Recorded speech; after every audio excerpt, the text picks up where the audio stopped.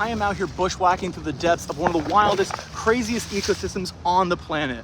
Ottawa, Ontario, the capital of Canada, right here at the Parliament building, where I'm here with over 70 representatives from environmental NGOs from all across Canada to meet with and lobby members of Parliament, ministers and senators to help advocate for protections for nature, conservation and climate policy to create a truly better future for all of us. Pretty rad field gear, right? This is part of Nature on the Hill, a two-day event organized by Nature Canada in which dozens of meetings are held with various politicians and representatives to help advocate for underrepresented causes in our policy. Everything from outdoor recreation values to ecological restoration initiatives to conservation of old-growth forests and progressive climate-forward policy.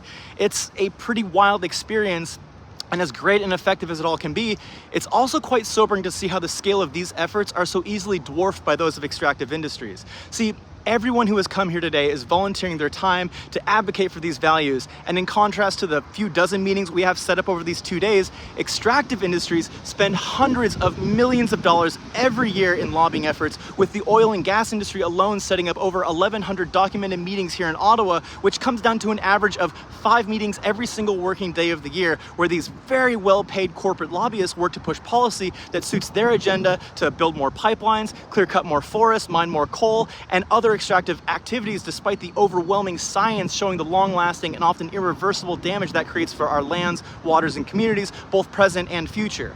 It's a vividly clear example of how money and power can be wielded to sway policy that undermines the wants and needs of a majority of the people so that the wealthiest few can remain wealthy to the detriment of everyone else. This all might seem really overwhelming, or that the work we're doing here is insignificant, but it only feels that way by design. You know, in this time of change, policymakers don't need to or want to hear the voices of people paid to promote a message. They need to hear from real people about real issues that they care about. If we didn't have the power to make change, then these industries wouldn't spend millions of dollars a year lobbying to try to suppress our voices and make us all feel small. But each and every one of us is powerful, and together we have the ability to create positive change. All we need to do is show up.